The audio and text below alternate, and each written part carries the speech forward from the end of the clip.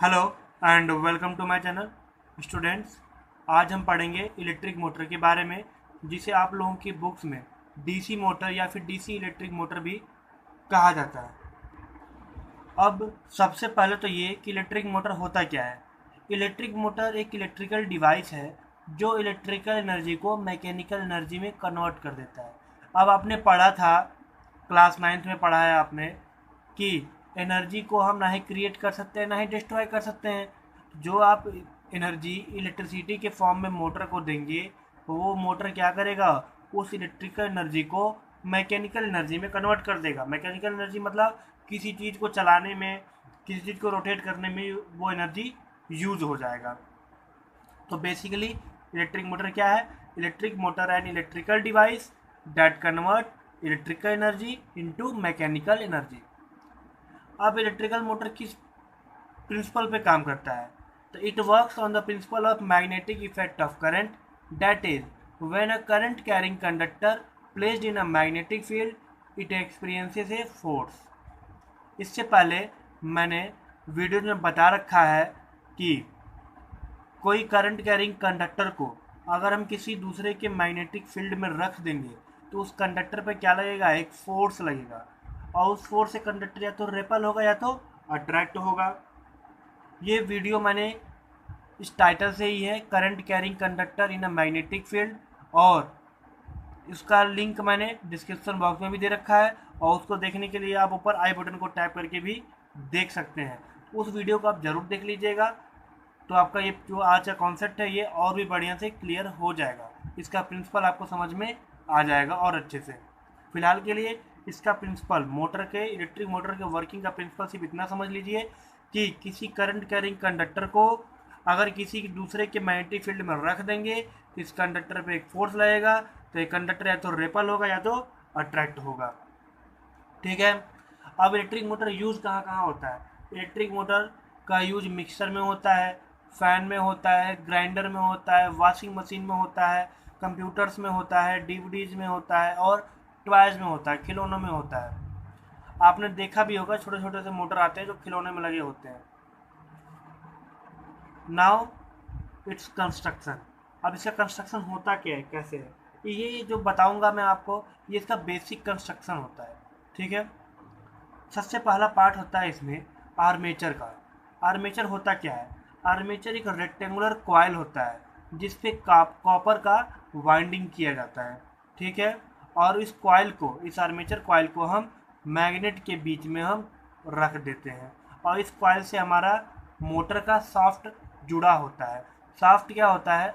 आपने खिलौने वाले मोटर में देखा होगा, उस मोटर के आगे जो है लोहे का सिलिंड्रिकल शेप में थोड़ा सा निकला होता है, वही उस मोटर का क्या होता है, शाफ्ट होता है। इसको देख लेते हैं।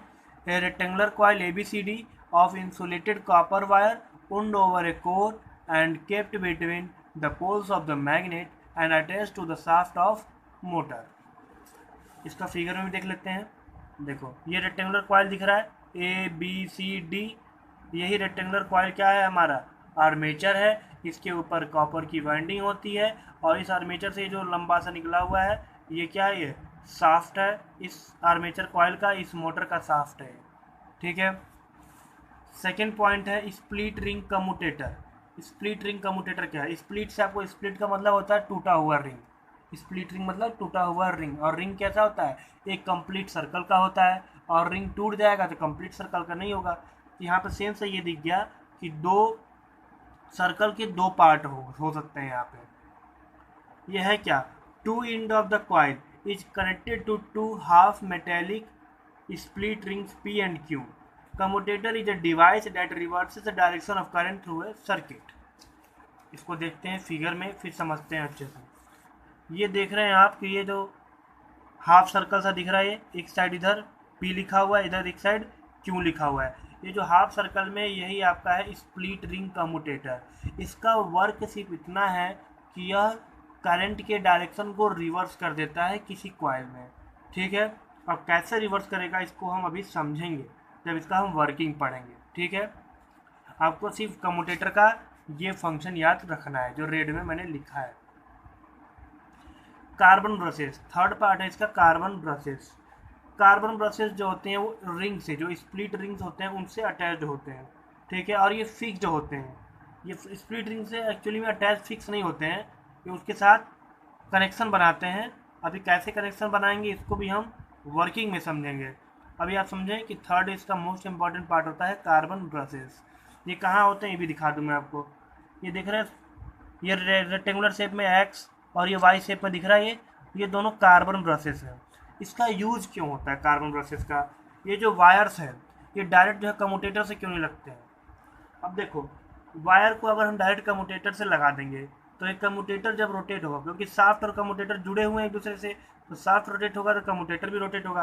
तो कम्यूटेटर जब ऐसे रोटेट होगा तो उसके साथ वायर भी जो है ऐंठता जाएगा, तो वायर जब ज़्यादा ऐंठ जाएगा टूट जाएगा, तो भी डिसएडवांटेज है। इसलिए वायर को हम पहले कार्बन ब्रश में लगाते हैं। ये कार्बन ब्रश यहाँ फिक्स होता है, ठीक है। ये रोटेटर जो है नाच नाच के जब रोटेट होते हुए आता है, ये कार्बन ब्रश से टच होता है तो इसमें करंट फ्लो होता है। जैसे इधर आता है तो ये इधर आ जाता है, फिर ये आके इसमें टच होता है, इसमें करंट फ्लो होने लगता है। अब कैसे देखो, मान लेते हैं कि ये दो आपके जो ये डंडियाँ निकली हुई हैं जिसको मैं साफ्ट बोल रहा हूँ वही है ये, ठीक है। ये जब रोटेट होंगी तो कैसे वर्क करेगी? जैसे ये वायर है तो वायर ऐसे ही रहेगा, ये रोटेट होंगी तो ऐसे तो रोटेट होने लगेंगी, एक से इधर ऐसे जाने लगेगा। देखो इसका वायर क्या होगा, ऐंठता चला गया, तो इसका वायर ऐंठे ना, इसीलिए हम यहाँ पे कार्बन ब्रशेस का इस्तेमाल करते हैं, ठीक है। अब अगला पॉइंट है, अब इसके सारे पार्ट्स जो होते हैं मेन पार्ट्स मैंने बता दिया। अब इसका वर्किंग देख लेते हैं हम। तो वर्किंग में सबसे पहले क्या होता है इसको पहले मैं समझा देता हूँ, फिर यहाँ पे हम डिटेक्ट करेंगे। देखो आप, ये कंस्ट्रक्शन है, ये सबसे पहला कंस्ट्रक्शन है, उसके बाद ये दूसरा कंस्ट्रक्शन है। इसमें क्या है, ये रेक्टेंगुलर कॉइल ABCD दिख रहा है, ये आपका आर्मेचर हो गया, ये आपका साफ्ट हो गया। साफ्ट से आपका ये PRQ नाम के दो स्प्लिट रिंग कम्यूटेटर लगे हुए हैं, और यहाँ पे कार्बन ब्रशेस X और Y लगा हुआ है, यहाँ पे की है। जैसे ही हम इस की को क्लोज करेंगे तो यहाँ पे करंट क्या होगा, फ्लो होना चालू हो जाएगा। पॉजिटिव टर्मिनल से निगेटिव टर्मिनल तरफ फ्लो होगा, तो पॉजिटिव टर्मिनल से करंट निकलेगा, ऐसे होते होते करंट इधर आ जाएगा। करंट कैसे निकलेगा, X P A B C D Q Y, ऐसे करंट आएगा, फिर इसमें निगेटिव टर्मिनल में आ जाएगा। तो जैसे करंट फ्लो हुआ तो इस वाले पार्ट में AB में करंट इधर की तरफ जा रहा है, और CD में करंट इधर की तरफ आ रहा है, और BC में करंट इधर की तरफ जाएगा, ठीक है। और इसमें मैग्नेटिक फील्ड का डायरेक्शन क्या है, नॉर्थ से साउथ होता है हमेशा मैग्नेटिक फील्ड का डायरेक्शन। तो मैग्नेटिक फील्ड का डायरेक्शन देखो ऐसे बना हुआ है, एरो भी बना, मैग्नेटिक फील्ड का डायरेक्शन इधर है, करंट AB में इधर जा रहा है, CD में इधर आ रहा है। इतना हो गया। अब इसको हम डिटेक्ट करते हैं। तो इसमें लिखा क्या है मैंने कि coil ABCD is kept in horizontal position, figure है उसको, मतलब हॉरिजॉन्टल मैग्नेट के साथ हॉरिजॉन्टल पोजीशन यहाँ पर रखा हुआ है। उसके बाद व्हेन की इज क्लोज, जैसे की को क्लोज करेंगे मैंने बताया करंट फ्लो होगा, direction X P A B C D Q Y, ऐसे फ्लो होने लगेगा current. And the magnetic field जो है नॉर्थ से साउथ डायरेक्शन में है, तो हम फ्लेमिंग लेफ्ट हैंड रूल का यूज करेंगे, और AB और CD पर फोर्स का डायरेक्शन हम फाइंड करेंगे, AB और CD पे फोर्स का डायरेक्शन हम फाइंड करेंगे। तो देखो AB में करंट जा रहा है इधर, मैग्नेटिक फील्ड है इधर, तो फ्लेमिंग लेफ्ट हैंड रूल क्या है मैंने आपको पिछले वीडियो में बता रखा है, उस वीडियो को आप जरूर देख लेंगे, ठीक है। उसका भी लिंक डिस्क्रिप्शन बॉक्स में या फिर ऊपर आई बटन को टैप करके देख सकते हैं। मैग्नेटिक इफेक्ट ऑफ करंट जो करंट कैरिंग कंडक्टर वाला है, और फ्लेमिंग लेफ्ट हैंड रूल, दोनों का कॉन्सेप्ट एक ही वीडियो में। इसमें देखिए ये मैंने बताया था, ये आपका फील्ड डिनोट करता है 4 फिंगर, ये सेंटर फिंगर आपको करंट बताता है, और ये क्या बताता है, फोर्स। तो देखो फील्ड क्या है, इधर की तरफ है, लेकिन करंट उधर तरफ, हमें घर हाथ को ऐसे घुमाना पड़ेगा। देखो करंट चला गया उधर, फील्ड आ गया इधर, तो अंगूठा किधर जा रहा है, नीचे की तरफ, अंगूठा जा रहा है जस्ट नीचे की तरफ जा रहा है, यानी कि इस वाले कॉइल पे फोर्स नीचे की तरफ लगेगा, देखो डायरेक्शन बना हुआ है नीचे की तरफ। इसमें आएंगे इस वाले कॉइल में, तो करंट किधर है, इधर की तरफ, फोर्स मैग्नेटिक फील्ड का डायरेक्शन अभी भी इधर ही है, फोर्स करंट इधर तरफ है, तो फोर्स कहाँ लग रहा है, अंगूठा ऊपर की तरफ हो गया है, तो देखो यहाँ पे फोर्स ऊपर की तरफ जा रहा है। तो कॉइल पे क्या होगा, इस कॉइल पे फोर्स नीचे की तरफ, इस कॉइल पे फोर्स ऊपर की तरफ, ठीक है। और ये जो BC कॉइल है, BC जो साइड है, इस पर कोई फोर्स नहीं लगेगा। क्यों नहीं लगेगा, क्योंकि BC में करंट भी इधर की तरफ है, फोर्स भी, मैग्नेटिक फील्ड भी इधर की तरफ है, तो करंट और मैग्नेटिक फील्ड का डायरेक्शन सेम है। तो जब करंट और मैग्नेटिक फील्ड का डायरेक्शन सेम होता है तो उस साइड पर वहाँ पर कोई फोर्स नहीं लगता है, ठीक है। तो यहाँ पे BC और AD वाले ब्रांच पे कोई फोर्स नहीं लगेगा, AB और CD पे फोर्स लगेगा, AB पे नीचे, CD पे ऊपर। तो जब ऐसे फोर्स लगेगा तो कॉइल क्या हो जाएगा, रोटेट कर जाएगा, कॉइल रोटेट कर जाएगा और रोटेट होके ऐसे आ जाएगा। तो देखो यहाँ पे हो गया, पहले CD इधर था, CD इधर आ गया, AB इधर था, AB इधर आ गया, चेंज हो गया इनका पोजीशन, ठीक है। जब इनका पोजीशन चेंज हो गया तो कम्यूटेटर इसके साथ फिक्स है, तो कम्यूटेटर का भी पोजीशन चेंज हो जाएगा। क्यों इधर था, क्यों इधर आ गया, P इधर था तो P अब इधर आ गया। लेकिन कार्बन ब्रशेस ये इनके साथ नहीं है, ये अलग से फिक्स किए जाते हैं, इनके साथ अटैच नहीं होते हैं। तो कार्बन ब्रशेस अभी भी X और Y ये पड़े हुए हैं, ठीक है। अब नेक्स्ट पार्ट में क्या होगा उसको भी देख लेंगे, लेकिन पहले जो मैंने बताया है वो यहाँ पर लिखा हुआ है, जिसको लिखना है वो इसको देखकर लिख सकता है, आपके एग्जाम पॉइंट ऑफ व्यू से इम्पोर्टेंट है। The force on AB is downward and on CD it is upward. The arms BC and DA do not experience any force, उन पर कोई फोर्स नहीं रहेगा। क्यों? क्योंकि डायरेक्शन ऑफ करंट और डायरेक्शन ऑफ मैग्नेटिक फील्ड दोनों सेम है या फिर पैरेलल है। जब किसी कंडक्टर में करंट और मैग्नेटिक फील्ड का डायरेक्शन सेम होगा तो उस कंडक्टर पे कोई फोर्स नहीं लगेगा, इतना आपको ध्यान रखना है।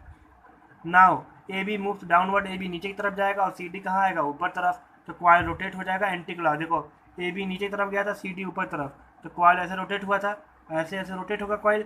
तो कॉइल कहाँ जा रहा है, एंटी क्लॉकवाइज डायरेक्शन में। देखो एंटी क्लॉकवाइज क्या होता है, घड़ी के उल्टा। तो घड़ी 12, 11, 10 ऐसे उल्टा जा रहा है ना, तो ये एंटी क्लॉकवाइज डायरेक्शन हो गया। अब जब कॉइल जो है 180 डिग्री रोटेट कर जाएगा, इसको समझते हैं पहले फिगर से। ये कॉइल जो है 180 डिग्री रोटेट हो गया, पूरा ऐसे हो गया ये, तो इसे बोलते हैं 180 डिग्री रोटेशन। अब रोटेट होने के बाद क्या होगा, ये कम्यूटेटर क्यों यहाँ आ गया, तो करंट फिर से फ्लो होगा इसमें, करंट फिर से ऐसे जाएगा, ऐसे ही जाएगा, क्योंकि पॉजिटिव से नेगेटिव टर्मिनल तरफ करंट जाता है, करंट ऐसे ही जाएगा। लेकिन जो CD में करंट पहले इधर की तरफ था वो अब CD में करंट इधर की तरफ हो गया। AB में करंट जो ऐसे जा रहा था वो करंट ऐसे हो गया। तो दोनों साइड में करंट का डायरेक्शन अब चेंज हो चुका है, ठीक है। और वो चेंज किसकी हेल्प से हुआ है, इस कम्यूटेटर की हेल्प से हुआ है, स्प्लिट रिंग कम्यूटेटर की हेल्प से। अब क्या होगा, अब फिर से हम फोर्स निकालेंगे, इन दोनों में फोर्स का डायरेक्शन क्या है, तो फिर से हम फ्लेमिंग लेफ्ट हैंड रूल का यूज करेंगे। मैग्नेटिक फील्ड अभी भी नॉर्थ से साउथ इधर की तरफ ही है, ठीक है।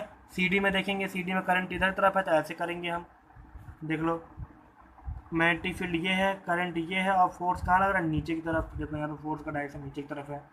फिर BC में देखेंगे, करंट इधर की तरफ है, मैग्नेटिक फील्ड है, तो फोर्स कहाँ लग रहा है, ऊपर तरफ। तो देखो फोर्स अंगूठा ऊपर दिखा रहा है ना, तो फोर्स ऊपर तरफ, तो फोर्स ऊपर तरफ दिख रहा है।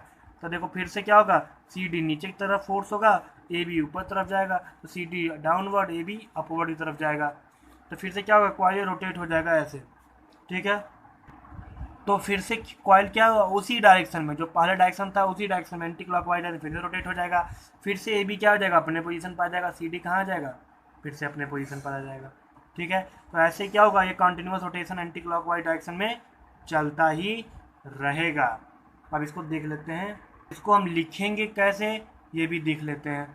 तो व्हेन द कॉइल है रोटेटेड 180 डिग्री, जब कॉइल है 180 डिग्री रोटेट कर जाएगा, यानी कि हाफ रोटेशन कर लेगा, तो पोजीशन ऑफ आर्म्स, जो आर्म्स हैं AB और CD वाले वो इंटरचेंज हो गए थे, अभी मैंने दिखाया था फिगर में। AB पहले इधर था, वो इधर आ गया, CD इधर था, इधर आ गया।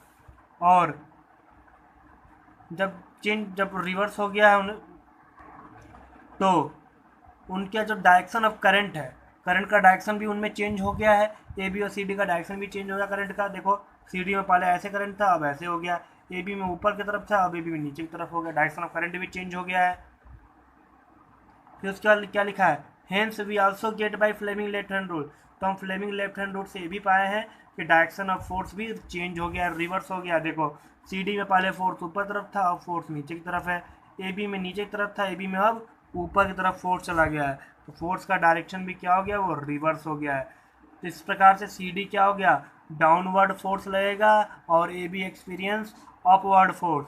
तो इस प्रकार से hence coil again rotates in the anti clockwise direction. तो जो कॉइल है वो फिर से एंटी क्लॉकवाइज डायरेक्शन में रोटेट कर जाएगा। This cycle keeps on rotating giving continuous rotation of the coil. ये जो साइकिल है ऐसे ही बार बार और रिपीट होते रहेगा, और उसके बार बार रिपीट होने की वजह से क्या हो जाएगा, कॉन्टिन्यूस रोटेशन होने लगेगा कॉइल का एंटी क्लॉकवाइज डायरेक्शन में। अब जब कॉइल रोटेट करेगा, इसके साथ सॉफ्ट भी लगा हुआ है, ये सॉफ्ट भी रोटेट करने लगेगा। अब इस सॉफ्ट से हम कोई भी चीज़ लगा देंगे तो उससे वो क्या होगा, वो वर्क करने लगेगा। ठीक है, जैसे कि आपका देखो मिक्सर किसी चीज़ को मिक्स कर देता है, पीस देता है, वॉशिंग मशीन कपड़े को धुलाई कर देता है, उसके मोटर के सब सॉफ्ट से अटैच होता है। अब आता है कि एक इम्पॉर्टेंट पार्ट इसका कि स्पीड ऑफ मोटर को हम इंक्रीज कैसे कर सकते हैं। आपके एग्जाम में अक्सर पूछ लेता है। तो इसको इंक्रीज करने का सबसे बढ़िया तरीका है कि हम इलेक्ट्रोमैग्नेट का यूज करें in place of permanent magnet. देखो यहाँ पर जो है दो मैग्नेट का दिखाया गया है, ये दोनों परमानेंट मैग्नेट है। इनकी जगह पर अगर हम इलेक्ट्रोमैग्नेट यूज कर लेंगे तो इनका स्पीड क्या हो जाएगा, ज़्यादा हो जाएगा। क्यों? क्योंकि इलेक्ट्रोमैग्नेट जो होते हैं वो परमानेंट मैग्नेट से ज़्यादा मैग्नेटिक फील्ड प्रोड्यूस करते हैं, और उनकी मैग्नेटिक फील्ड को हम वेरी कर सकते हैं, कम ज़्यादा कर सकते हैं अपनी ज़रूरत के हिसाब से। ठीक है। दूसरा, यूजिंग सॉफ्ट आयरन कोर। ये जो कॉपर की बाइंडिंग की जाती है जिस कोर के ऊपर, अगर उस कोर को हम सॉफ्ट आयरन का यूज करें, सॉफ्ट आयरन का कोर, तो वहाँ पे मोटर की स्पीड ज़्यादा आएगी, उसकी एफिशिएंसी ज़्यादा आएगी। उसके बाद पॉइंट है having large number of turns in the coil. Coil का जो है हम नंबर ऑफ टर्न्स बढ़ा दें, अगर 50 टर्न्स थे 100 कर दें, 150 कर दें, नंबर ऑफ टर्न्स को बढ़ा दें। फोर्थ है increasing current in the coil. Coil में करंट को हम बढ़ा दें तो उसकी स्पीड क्या हो जाएगी, बढ़ जाएगी। आपने अक्सर देखा होगा अपने घरों में कि जब वोल्टेज कम होता है तो करंट कम आता है, तो आपका फ़ैन धीरे धीरे रोटेट करता है। लेकिन जैसे वोल्टेज ज़्यादा होता है करंट बढ़ जाता है, करंट बढ़ने से करंट की स्पीड, आपके फ़ैन की स्पीड भी बढ़ जाती है। तो हम अगर कॉइल में अगर करंट को इंक्रीज करेंगे तो उससे भी क्या हो जाएगा, आपका स्पीड बढ़ जाएगा मोटर का। सो स्टूडेंट्स, आज की इस वीडियो में इतना ही। उम्मीद करता हूँ आज का टॉपिक आपको अच्छे से समझ में आया होगा, और अगर आपको कोई डाउट्स है तो आप कमेंट बॉक्स में कमेंट करके पूछ सकते हैं। तब तक के लिए अगर आप मेरे चैनल पर नए हैं तो मेरे चैनल को लाइक और सब्सक्राइब जरूर कर दें। थैंक्स फॉर वॉचिंग, धन्यवाद।